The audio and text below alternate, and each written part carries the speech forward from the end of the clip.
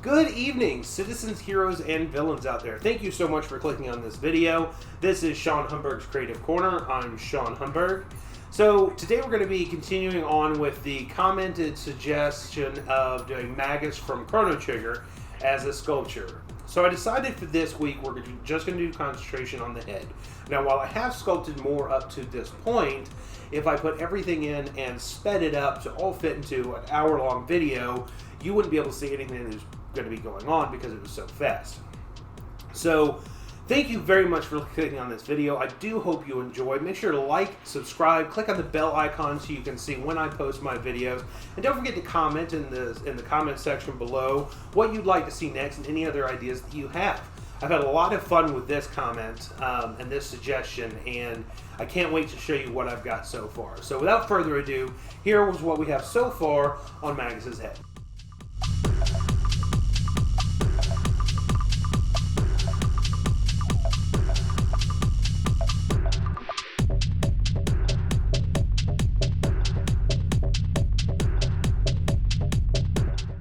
My first mission here was to get in some reference images.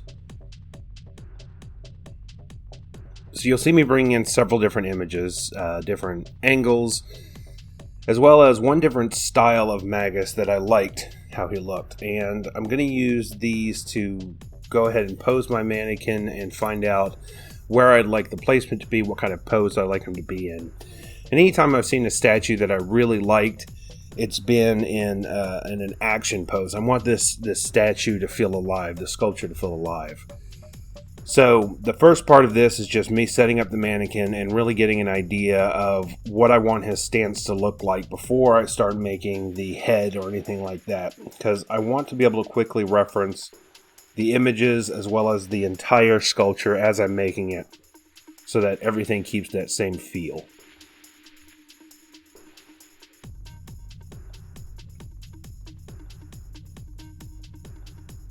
So I want Magus to look like he is about to go into battle. I think one of the most iconic points in the game is when you do go against Magus in his tower, in his castle, for the main battle. So I really wanted to capture what I felt would be a moment when that battle was about to happen, when you were about to face Magus for the ultimate showdown. So this is sort of a pose where he's not quite in battle yet, but he's definitely in stance for that battle.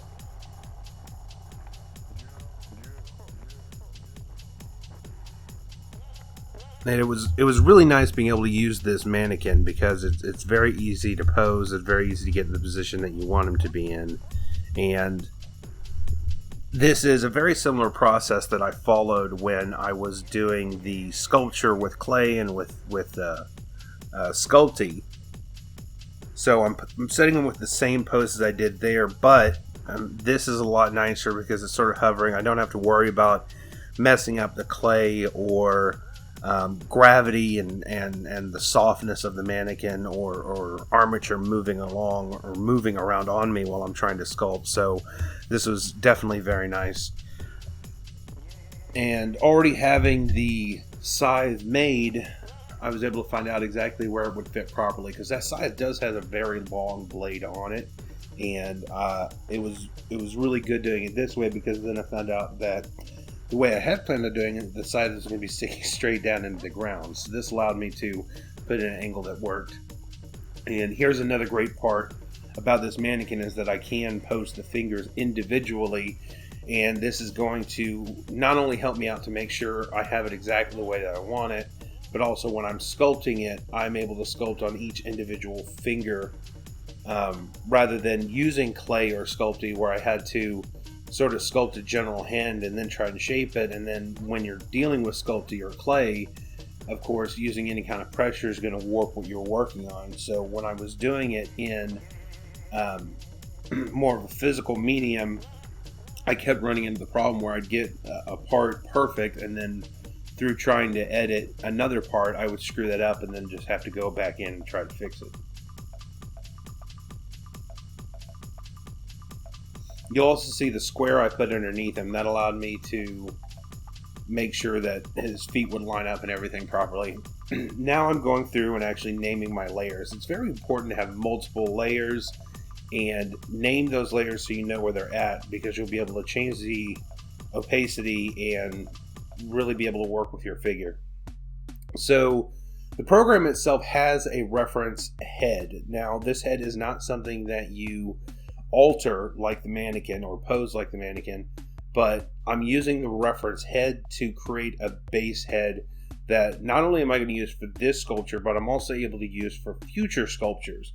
Because my train of thought is that if I create a head where the vertices and the lines and everything are in the right spot, then I can quickly edit that head to make any face that I want moving on in the future.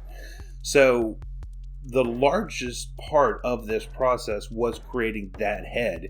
Now that I have that head created, any project in the future where I want to do a statue is going to be fairly simple, because I can just go back to that original head that I have and then edit it to any face that I want. So I started by trying to use a sphere and then edit the sphere to match the entire face. And I decided not to use this because this is going to be much more complicated. But I did use a pretty good amount of time trying to do it this way. And as you can tell very quickly, this did not work out the way that I wanted it to. But that's a huge part of artwork, and everybody out there who's following along or wants to get into artwork or design or anything like that, never be afraid to experiment and find out whether something does or doesn't work, because it's all the learning process. Mistakes are simply lessons that you can use in the future.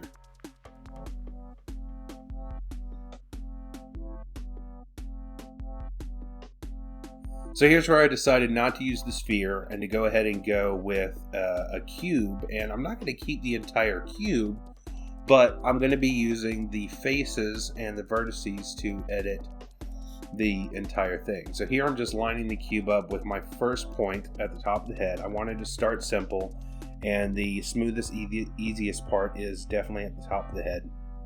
I'm deleting all of the faces except for the top one, because I'm going to be working off those top faces and going from there. Now, Gravity Sketch is a very intuitive program, very easy to use, and I've absolutely fallen in love with this program. So one of the things you're seeing that I'm doing is that I can select a line and use the extruding tool to simply pull that forward and then add a line where I'm pulling it forward. So here I'm extruding it and then moving my vertices to match where the reference face is to begin with. And you'll see a lot of overlapping grays and whites, and that's because this is not subdivided yet. So what subdividing is, if you don't already know, is that it'll take a square or a polygon, which I'm using a 4-sided polygon, and it'll add more polygons to it to give it a rounded shape. So right now I'm not worried that it's overlapping and that it's not fitting the face perfectly, because I'm using no subdivision and having a very blocky, low polygon head right now. This also allows me to make sure that I'm putting lines in the right place, so that when I want to edit this face in the future to make other characters, it'll be extremely easy, because I'll be able to grab every one of these dots that I'm creating and simply move those dots to make a new face.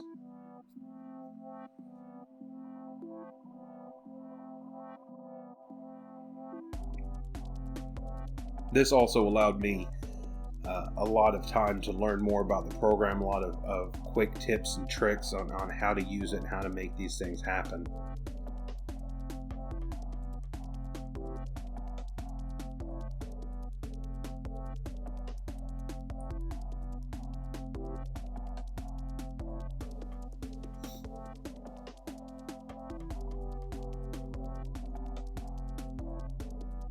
So this is the cut tool, and what's nice about it here, rather than trying to use it in Blender or anything like that, then in Blender you're still looking at a two-dimensional projection of what you're trying to do. having it in VR and being able to use this cut tool, you can really lean in and move your head to make sure you're cutting it in just the right spot that you want. And it's as simple as pulling a trigger and slicing through the lines that you need to add a line for. And especially working with polygons like this, if you decide it does need to make a sharper curve, it's as simple as going in and adding that line and then pushing that line backwards or forwards to create more of a concave or convex appearance. So having the cut tool in VR is much easier and much nicer than having the cut tool in, say, Blender or Maya or something like that. Now, here I'm realizing that one of the faces that I've created isn't overlapping with the reference image in the background. So where everywhere else you see those grays and whites overlapping in and out, that tells me that it's actually doing right. So if I have a face that doesn't have any white in it at all, and a face being one of the polygons, if it doesn't have any white in it at all, that means it's actually laying over the reference image rather than being a part of the reference image. There, I just turned subdivision on to see how it was turning out. And you'll see me doing that a lot, where I'll jump back and forth and make sure that the polygons that I'm creating, the shape that I'm creating, is still holding the same general shape of the face that I'm working on. You'll also see me being very careful to make sure that my lines, I'm getting closer details when it comes to the eyes, when it comes to smaller parts. So I'm zooming in a lot and I'm making sure to put more lines where the reference image is smaller, again, so that when I go in later and I want to edit this face and turn it into another character, it's going to be as simple as moving a few lines around. So I'm sure I could have made an eye or a nose or the ears or anything like that with less vertices, but that means it would have been much more complicated in the future to edit those to make a new face.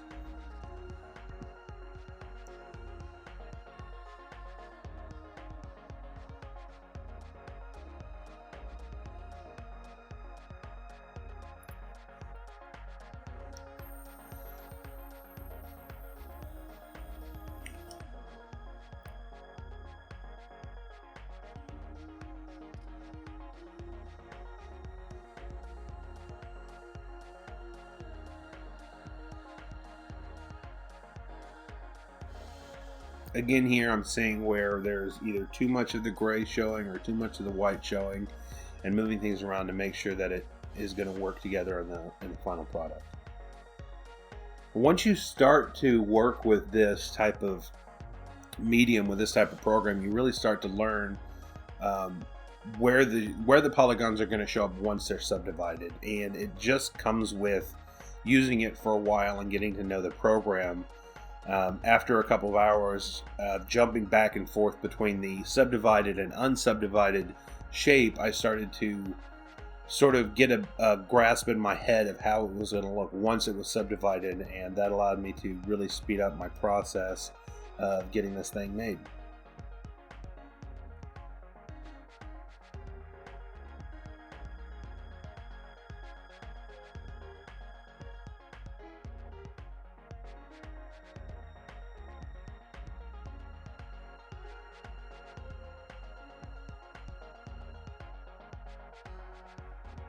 Now, what's really interesting about this part right here is that what you're seeing is just a zoomed in appearance. What I'm seeing inside the program, and while I'm trying to sculpt this, is that eye is as big as I am physically. I'm a big 6-foot behemoth, and it's really nice to be able to just stretch that out and make it the same size that I am, to really get in those fine details rather than constantly using a scroll wheel to go in and out and try to find my location in a 2D perspective. So this definitely made things faster.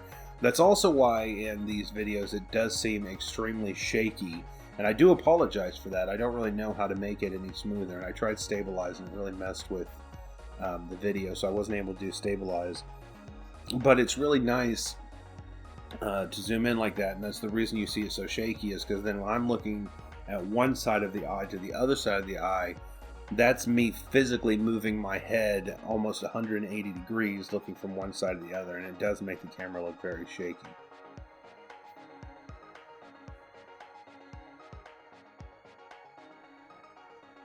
And here I'm working on the eyelids, and again, I want them to look very fluid. I want them to look very smooth, so that does include incorporating a lot more polygons to make that happen.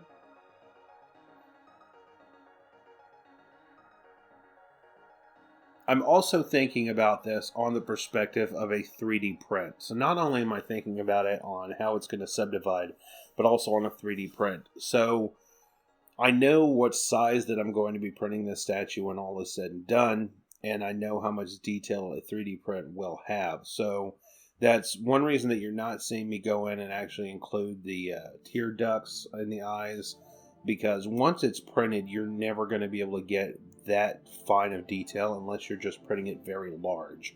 So while I am getting a lot of detail on the basic shape, on the general shape, I'm not going too far with it because I don't want to waste my time with something that you're never going to see in the first place. Now, if I was doing this for, say, 3D animation, I would definitely be including smaller details. I would be including pores with texture and the tear duct and the eyelashes and everything like that.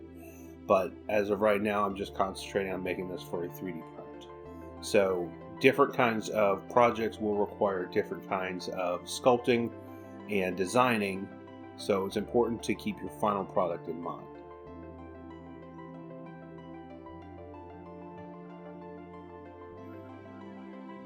Now that I've gotten the eye done, I'm able to start moving back into the cheek a little bit, and just like before, getting more vertices and more detail going into a small area. Once I'm working back into the cheek or into the head, I'm able to start creating bigger polygons.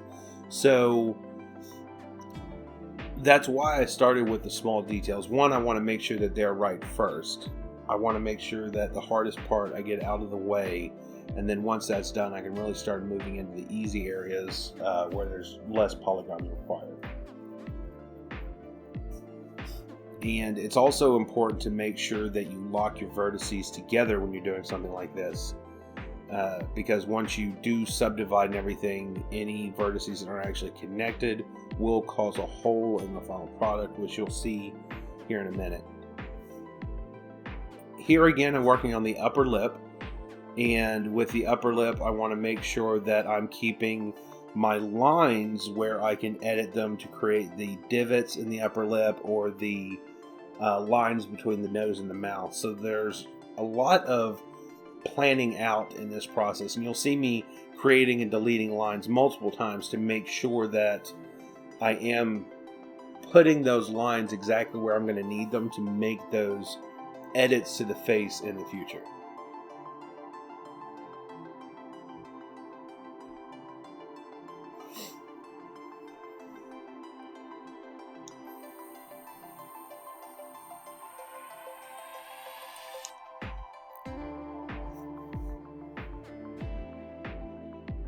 Again, you'll see me zoom out and look at the face a lot. The same way you would do with any other type of medium is to take a step back and see what it looks like from a distance to know how you're doing.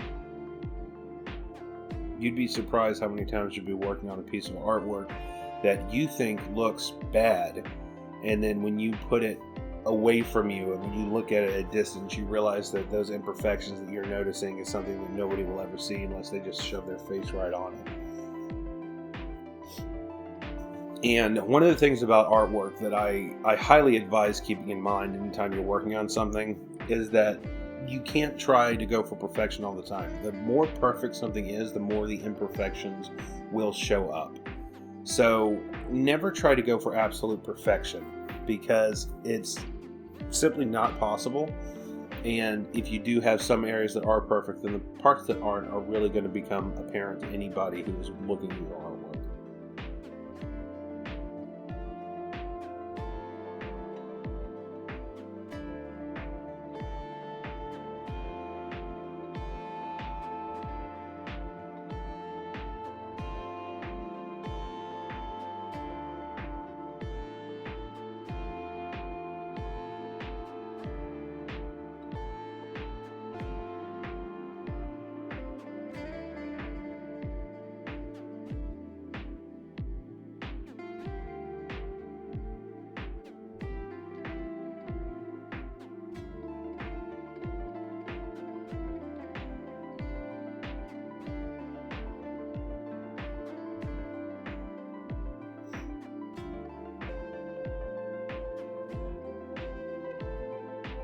Now here again, I'm thinking about the final product as a 3D print. I could make the nasal passages go further into the head, but with it being a 3D print and me needing to paint it and everything, I've got to find out and think about where my paintbrush is going to go.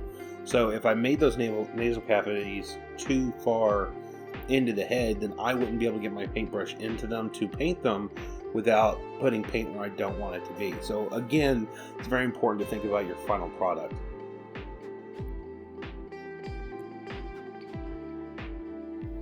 There are some areas in the sculpture where there's going to be some overlapping of some vertices, such as inside the mouth, and the eyes are going to have, the sphere overlapping the eyelids and things like that. Luckily, we have a program that I'm going to be learning and using called Mesh Mixer, which is going to allow me to turn all of those overlapping shapes into a solid that I'll be able to print later.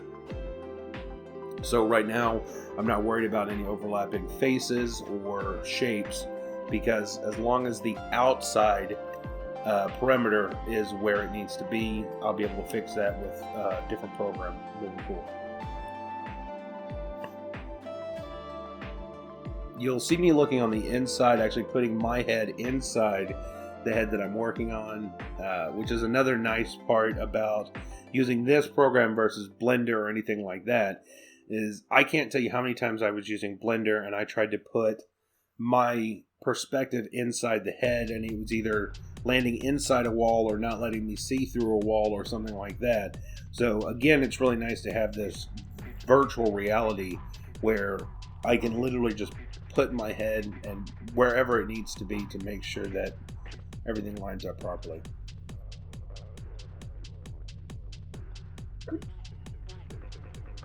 And it definitely helps when sculpting something like this to have drawn faces in the past and learned the ratios of where everything needed to be and the subtle details. So when I was learning how to draw faces, one of the things I never thought about was that your lips had these two sort of fatty, muscly parts right below them. And I used to draw faces without those just because I'd never realized it. And one of the things that you'll run into when you do miss those subtle details is what's called the uncanny valley. And it's when everything technically looks right, but something's slightly off and you don't know why. So learning how to draw faces, learning the details of those faces is how you can avoid getting into that uncanny valley territory when you're doing something like this. So knowing those areas and knowing where those spots are supposed to be on the nose, below the lips, or areas on the nose or the ears, definitely comes in handy and is a great tool when you're doing something like this, because I don't want this sculpture to be something that somebody looks at and it's like, it's right, but it's not quite right.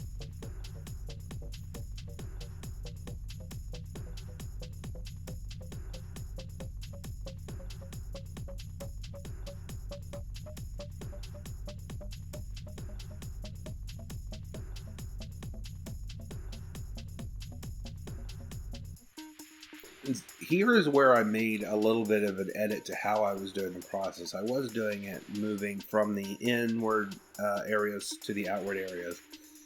But then I decided that it was probably going to be easier for me and a better look for the process if I went ahead and created the polygons to the shape and to the lines that I wanted to, and then connect the polygons between those shapes together.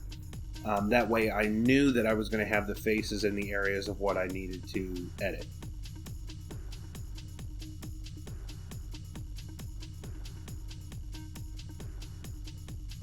Here's where I got hung up a little bit and the shapes just weren't lining up properly. So I'm deleting vertices and deleting faces and then re-adding them in a different configuration so that those lines went together the way that I needed them to.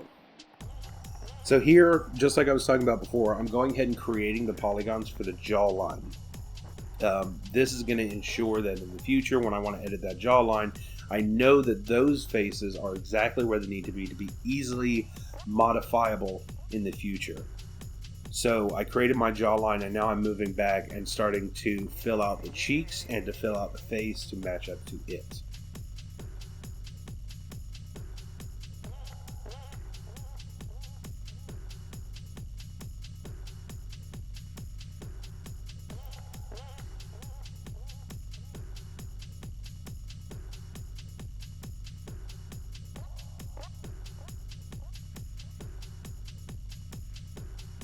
Here I'm making sure that my faces and my lines match up to the cheekbone, again, just to make sure that I can edit in the future.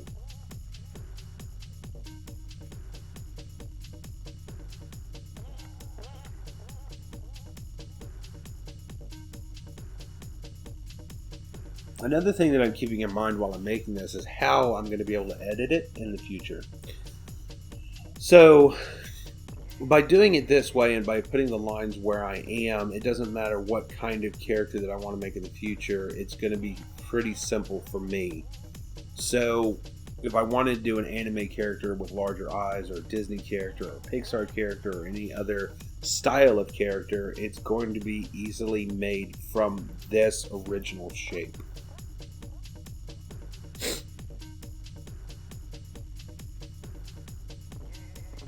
Now I've finished the most complicated part of the face with the eyes, the nose, and the mouth. It's time to have some fun and just create some basic shapes to fill out the cheeks and the head.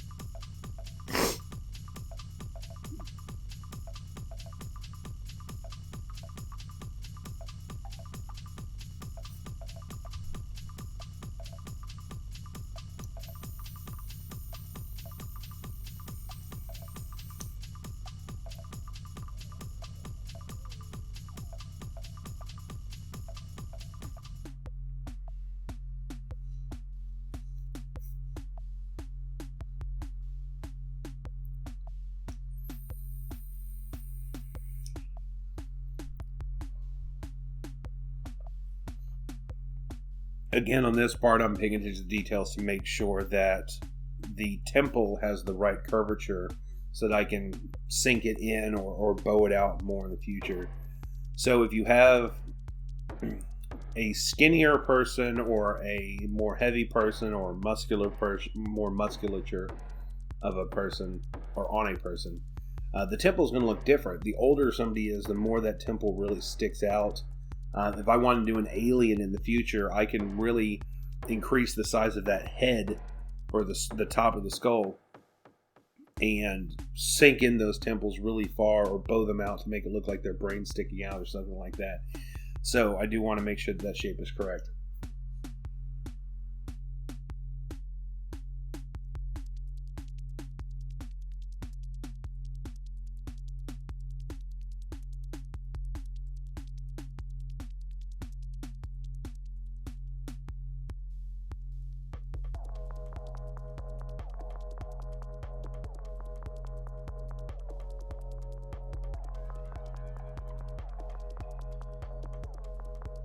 Now, what you saw a second ago when I did a major delete was that I realized that I was just going way too far with the polygon count there. And I wanted to make it a little simpler. And there you see that I found there was a hole. So that's a good reason to pull out your actual sculpture away from a reference fairly often, is because you don't want to get all of this done and then find out you missed a spot. So I pulled it out, saw that I missed a spot, fixed it real quick, and went right back to it. Here I'm making sure that I'm lining everything up right for the neck muscles.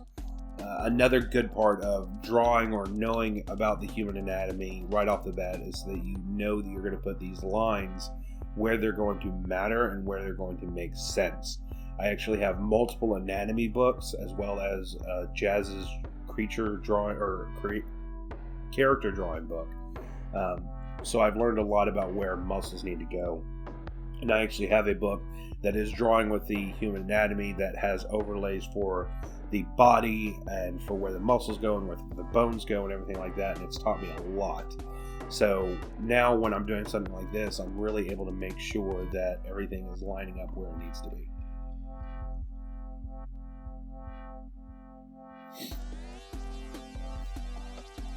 Here you see me placing a flashlight right here because it's time to start working on this ear, or about almost time to start working on this ear.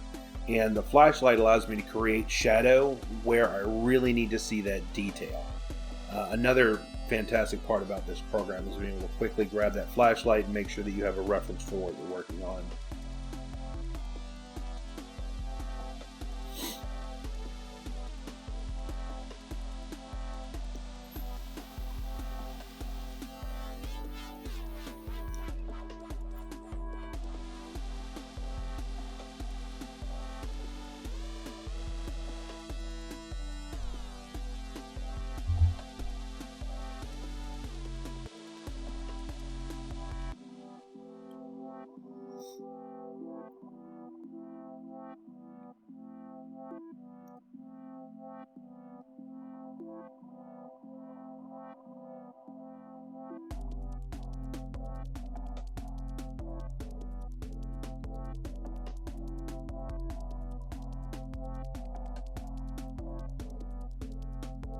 Parts like this, it's really quick and easy because there isn't a lot of details, so this part goes by pretty fast.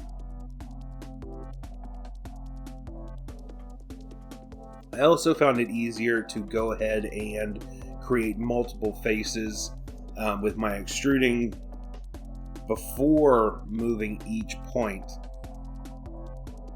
rather than making a single face and getting it perfect and then making another face.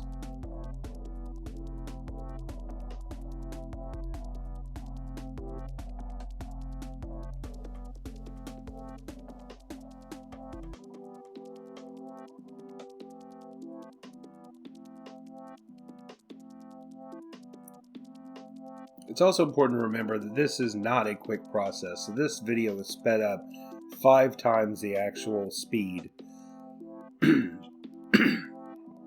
So this was a 5-hour long process, and not all done at once either. You may see a couple of times where you see the Gravity Sketch logo pop up and everything like that. That's where I'm pausing and having to take a breather and come back to it later. This is just all pulled together at the end. So never feel bad for not getting something done right away. Never feel bad for it taking a while to do so.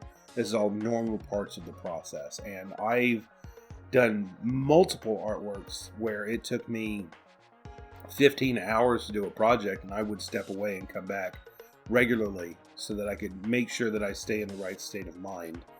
I think a very important part of being an artist or getting into artwork is not to run yourself ragged with the idea that you need to get something done right away, or setting yourself really harsh deadlines, because you don't want to sacrifice quality for getting it done quickly.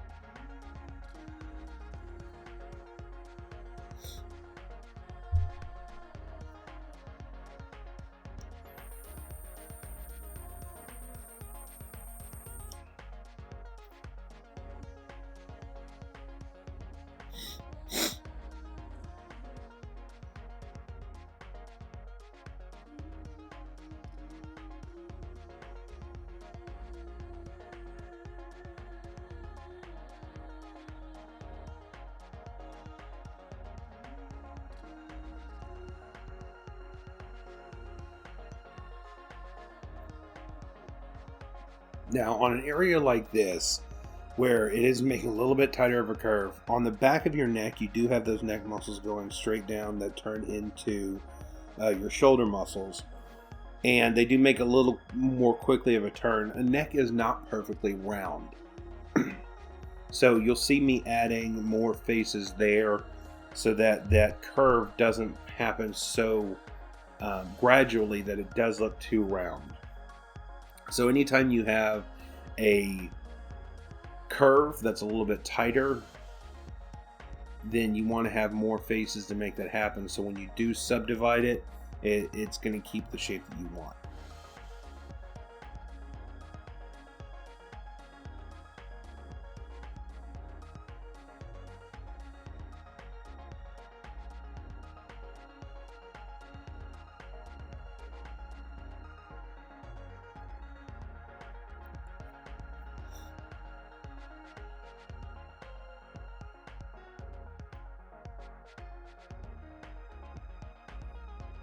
Okay, now you're seeing me go back into my reference images, making sure that my layers are proper, and that's another nice part about this program, is being able to pull a toolbar right out to the side and have everything you need as a menu hovering anywhere in the space that you want it to. Now it's time to get to the ear, and I'll be honest, I was very nervous about getting the ear made because there are a lot of quick turns, and I was nervous. This is why I left it as the absolute last part.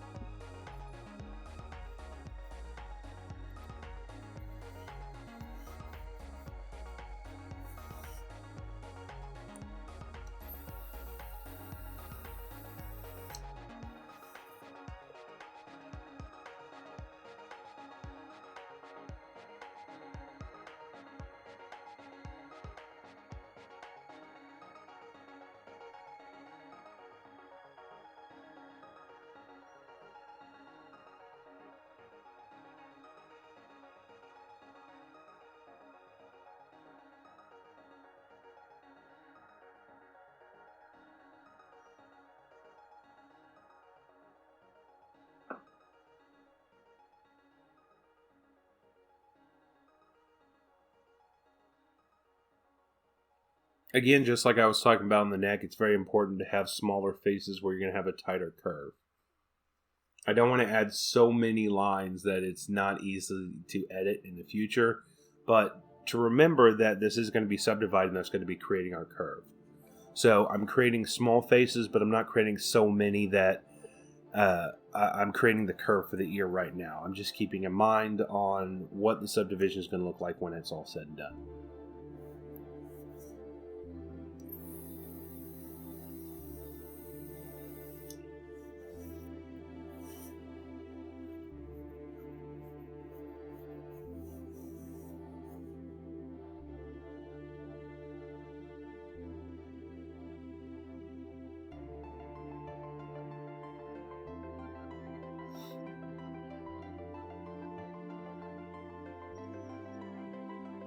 And this is where I realized that I was not putting the curve back into the ear where it sort of overlaps.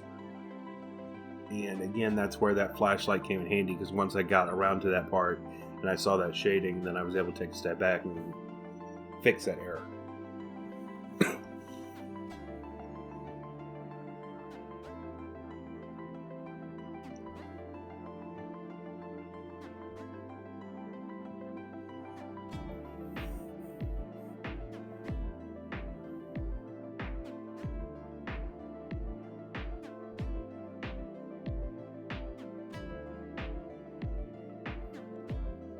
Here again, I was paying very close attention to where I put my lines, because for this particular character, I knew that I was going to have to do a lot of editing on the ears to make the character the way that he should be. So I wanted to make sure that my lines lined up for this part as well. And here I'm going in and creating the curves like I did for the jawline and everything else to go ahead and make the general shape, and then connect those to make my final shape. While I'm not going to be doing a lot of editing on ears and faces, more than likely, for a lot of the statues that I do, because everybody's ear looks, for the most part, the same, I still want to get this right so that I am able to make characters like Magus or a Vulcan if I wanted to, or an elf creature or something like that in the future.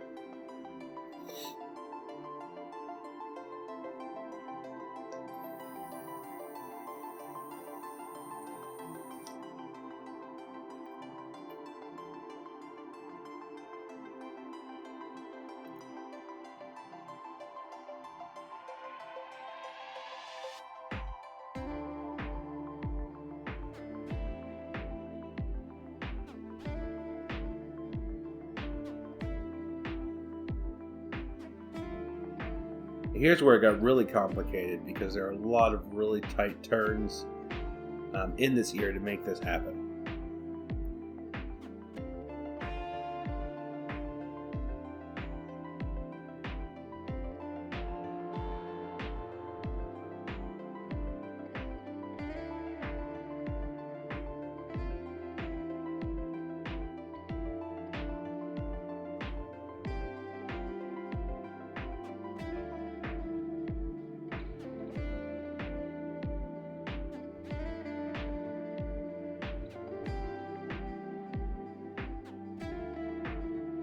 Now you'll see a lot of shaking around right here because I'm looking at my reference image and my sculpture separately multiple times to make sure that I'm getting this right.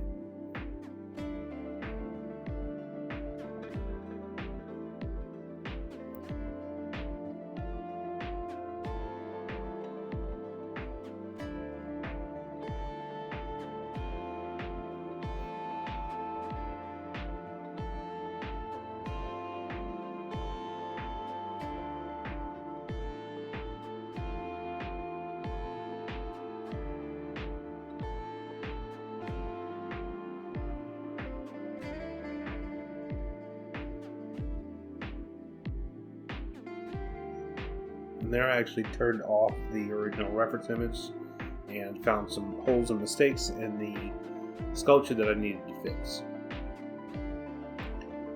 Tried to use the merge tool there to just bring those vertices together. It didn't work. Still don't know how that merge tool works or how to use it, so I'll have to figure that out in the future and see if it can help me moving forward. So now I'm going back meticulously over the entire sculpture to make sure that all the points line up properly. So this entire sculpture is made with squares and triangles, or sorry, not squares, triangles and four-sided polygons. So if at any point I had 5 points meet up or 5 lines meet up, the subdivide does not know how to handle it and therefore makes an odd space. So I found a few areas on the sculpture where either I had lines meeting up improperly or 2 points weren't actually connected. They were simply overlapping. So here I'm going through and cleaning up any errors, so you'll see me take out a huge chunk or a huge face and then go back in and correct it.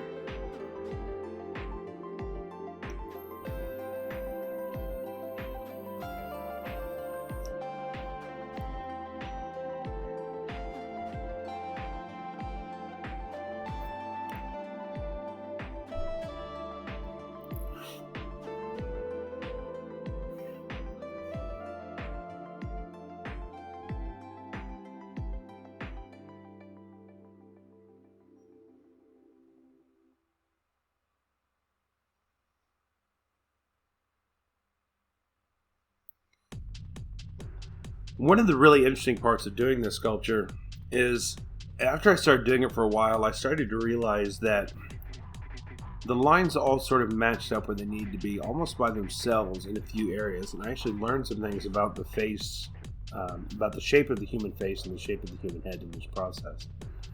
So now I've got my finished blank. So now we start to get to the fun part. So I'm posing my blank on the mannequin to make sure it's in the right spot.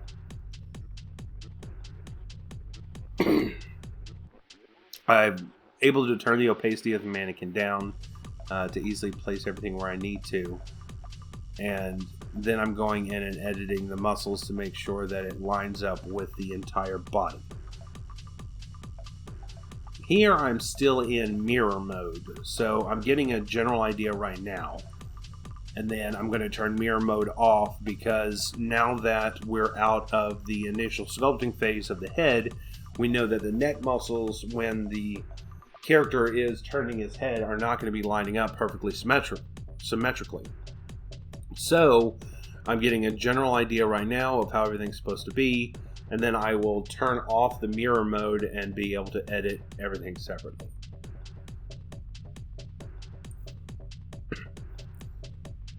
Alright, and now it's time to create those awesome iconic ears. And as you could see right there, it was because of the way that I created the lines and everything like that, it was extremely easy to shape and edit the ears the way that they needed to be. And again, this is why I had my reference image, and why the reference image was so important, was because I wanted to use the drawing that somebody else did that wasn't from the original game as sort of an inspiration for parts of the character. So like the ears right here, I wanted to stick out more so that when you're looking straight at the face, they do make more of an impact. Here I'm going in and making sure that the ears have enough thickness, because again, I'm thinking about the final product. And when I'm 3D printing this, if an area does not have enough thickness, when the 3D printing slicing program is used, it's going to recognize that there's not enough thickness to actually print there, and it's not going to print it at all. So I wanted to make sure that the ears had the proper amount of thickness. Now you're going to be able to see me quickly editing the eyebrows, the nose, the jaw to match my reference images and the character that I'm wanting to create. So this is the fun part. This was absolutely so exciting. All of those hours put into creating a general face, and now I'm being able to put that into good use. So you'll see the sphere next to my controller, right where my hand grip is, keeps getting larger and smaller, and that allows me to select one or multiple of the lines.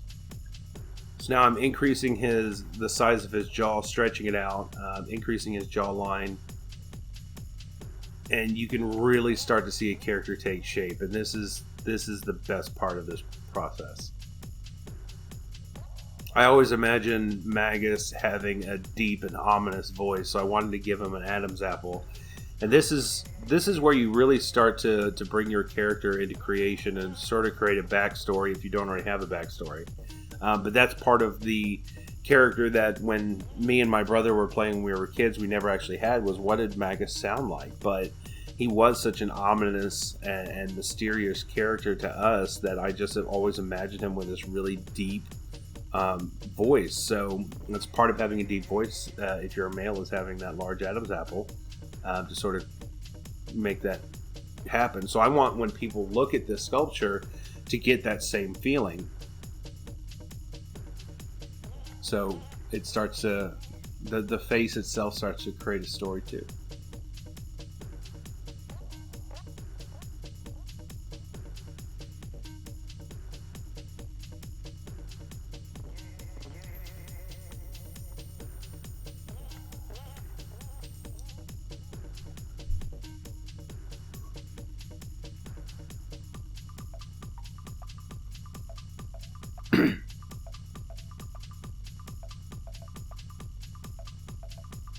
Again, you'll see me going in, and where I see a really harsh shadow take place, that means that the lines aren't proper somewhere.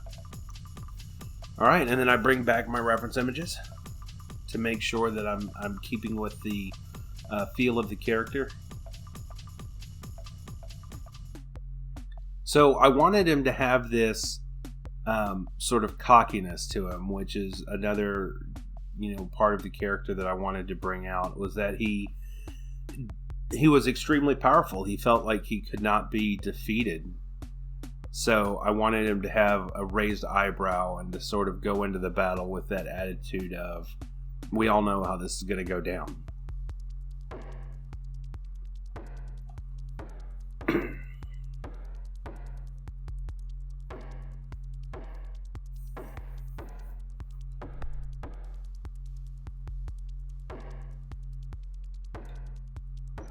So I'm also curling up to give him sort of a half grin right here to go along with that raised eyebrow and that cocky appearance.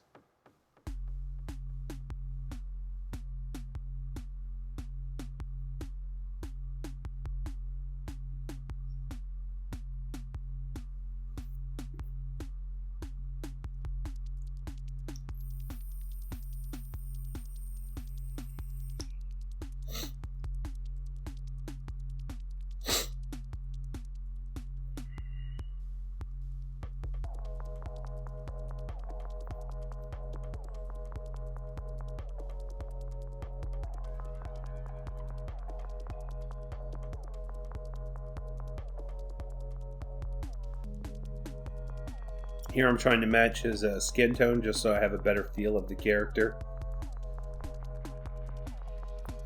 So again, this is why reference images are so important, because I'm able to immediately look back and forth and make sure that I'm close to the skin tone that I want. Now it's time to work on the eyes. So the program itself did start to get a little bit buggy right here. Just for the fact that it has so many polygons at this point. But it's also important to keep your layers separate and your shapes separate, so that when you're editing them, it's not trying to consider every single one of them at the same time. So first I throw them in and just get a general idea. And now I'm rotating the sphere so that the vertices are matching up to create almost an iris right on the edge there.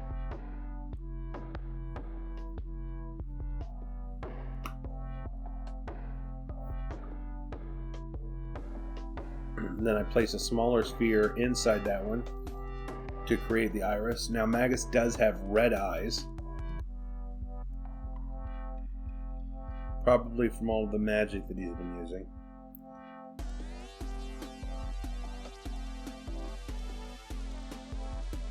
Now I kept the eye itself and the iris sort of matte, but when adding the pupil on the inside, I gave it a shine so that it does have that reflection.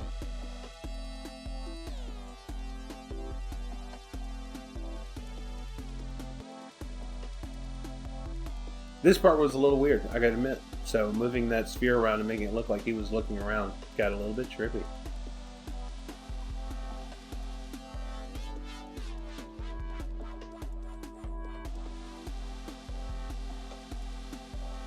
Now, anytime that I saw there was an issue with the eye, where I found out the iris was too small or something looked weird, rather than trying to edit both eyes, I would simply edit one and then delete the other and then copy the one that I had fixed.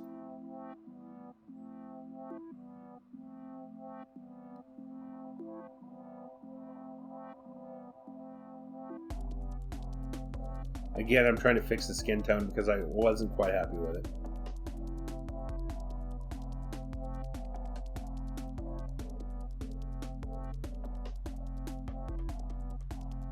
And that's more like it.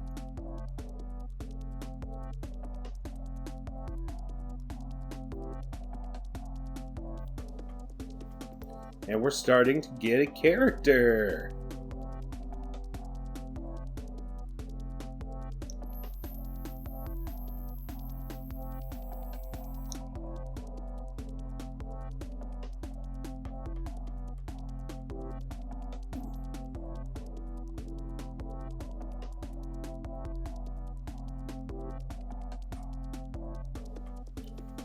So for the hair, I just decided to draw it on with the regular ink tool rather than trying to sculpt it out.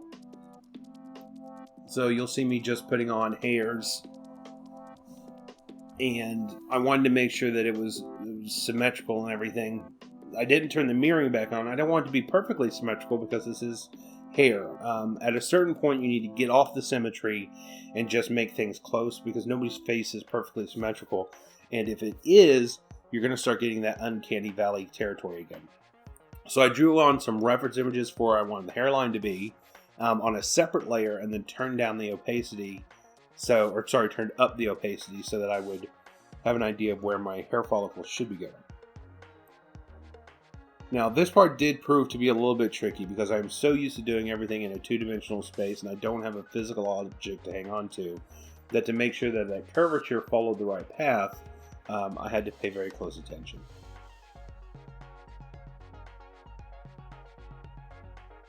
Now I'm drawing on the eyebrows. I want to make sure to get that right shape to give that sinister appearance.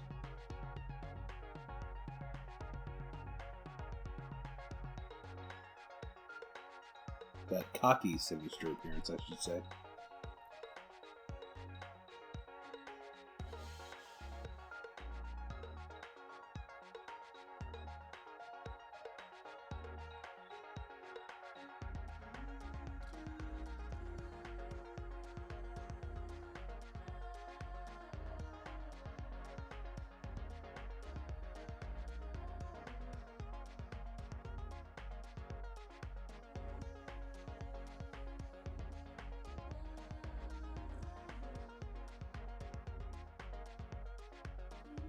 And here I'm messing with the physical eyebrows rather than the hair on the eyebrows to make sure that it is sticking out more, and I wanted to give it a little bit more of an angry look, just to give it, again, make it look a little bit more sinister.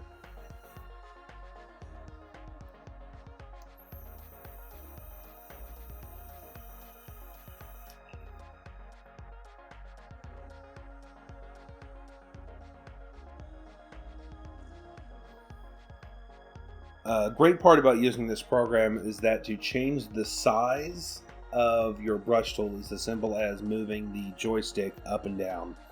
So I'm messing with different sizes. The closer I am to the head, the smaller I'm using my brush tool, and the further away from the head, the larger the brush tool gets. And one part about doing anything like this is that humans are not good at random. So what I do to try and make up for that is that I will attempt to place random hairs in large distances away from each other, and then trying to fill in the distance between them sort of becomes random because the distance I had to begin with was already somewhat random.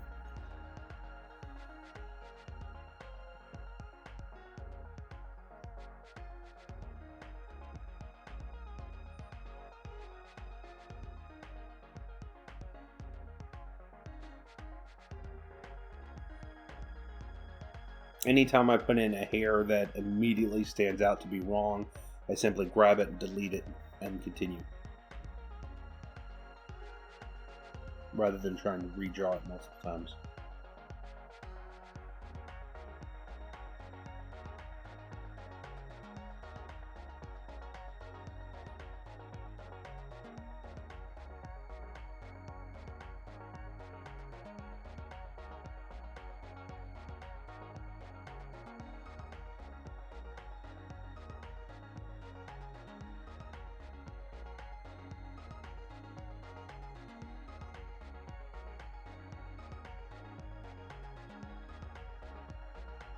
It's really fun when doing this to really take a step back or zoom out from the sculpture, make it smaller, and see what it's looking like overall. And I can really start to see this character take shape that I've been working on for so long, and it's so exciting. So now I increase the size of my brush stroke and start to fill out more of the back.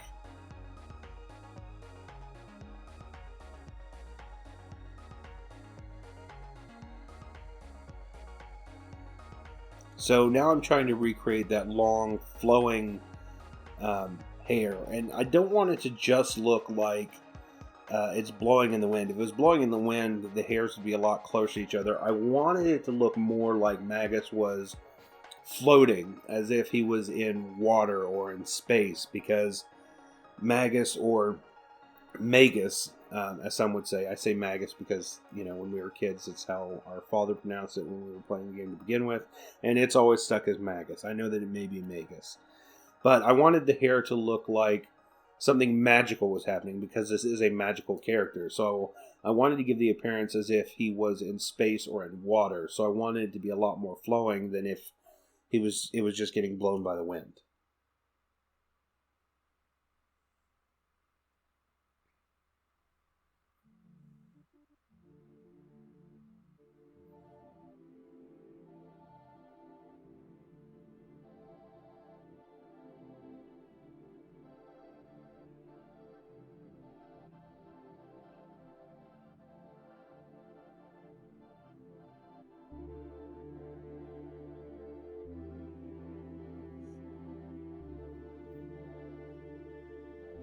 Again, I'm trying very hard to keep it random. I am looking at my reference images to get an idea of what would look best. And once I put in the larger hairs, I went back in with some smaller ones to sort of mend the gap between the two, so it didn't just have a hard transition from those small hairs to the giant hair clumps.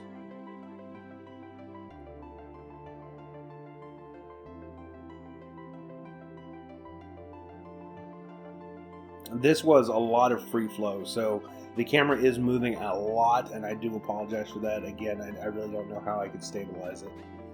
Now I'm able to just grab hairs that seem a little bit out of place and twist, rotate, or adjust them, or delete them as I need.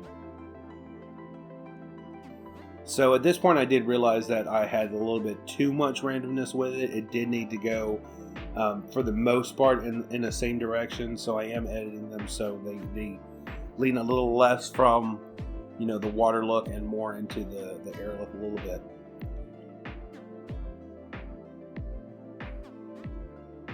Now I went in and changed his eyes to have a little bit more of eyelids. It was a little too smooth for me.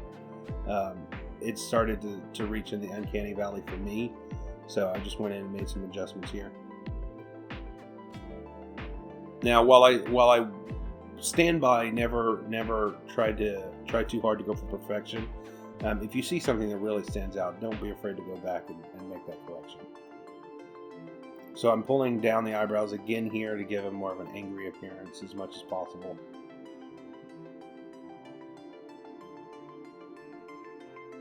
And I don't want him to look too angry. I want him to look like he's about to go into battle, but I don't want him to look like he's angry as much as cocky. And I'm here posing my mannequin again, along with his weapon, just to see how it's looking overall. And grouping the pieces together right there, so when I move the head, I move everything.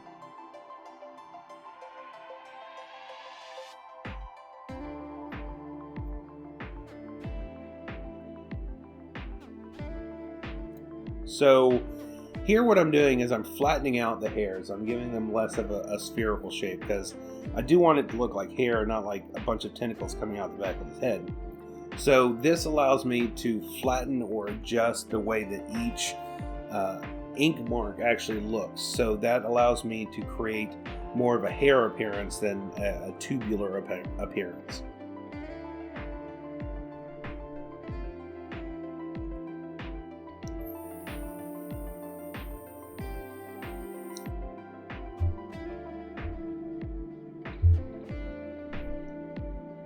So this was a painstaking process, and I really did have to go through every single line that I drew, not the ones on the front of the hair, but the back of the hair. I had to go through every one of those and edit them to have that flat appearance. So if I did this again in the future, I would definitely start with my brush being flattened out.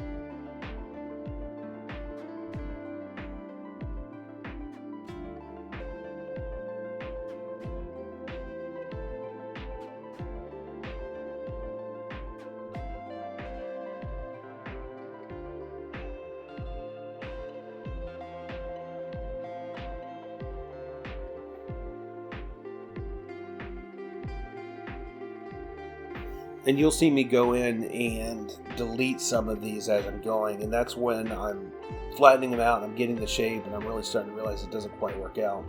You'll also see me moving the lines around, because if I find out that they're making too harsh of a turn or it doesn't really fit into the whole feel or into the flow, then I can now go in and simply edit how the line is going to make sure that it works out properly.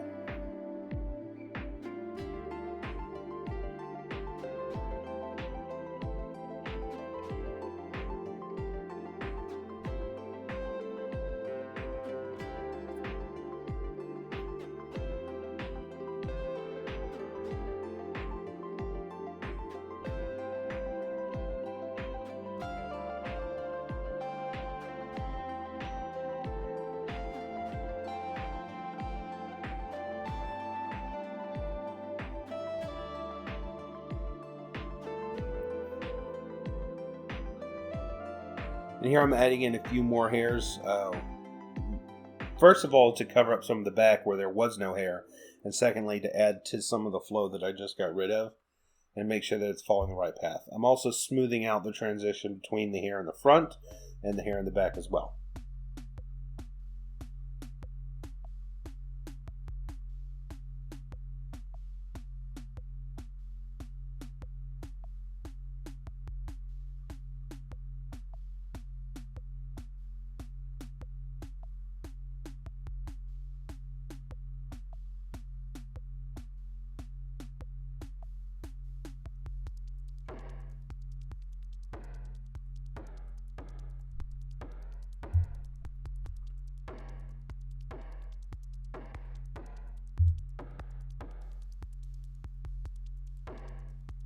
And look at that, we have Magus, or Magus, whichever one. We have the character that we've been working on for so long. And there we have it. There is Magus's head and hair and the entire sculpting process that I went through it. And I hope you enjoyed. I'm so excited to finish the sculpture and get it printed and painted. And so, thank you so much for following me along with this journey. It's been a lot of fun. I can't wait to see how it comes out. And I can't wait for you to see how it comes out. So thank you for watching. Make sure to like and subscribe. Click on the bell icon so you can see what my future videos hold. And please, again, leave in the comment section down below what you'd like to see next. And that's it. Sean Humburg, signing out.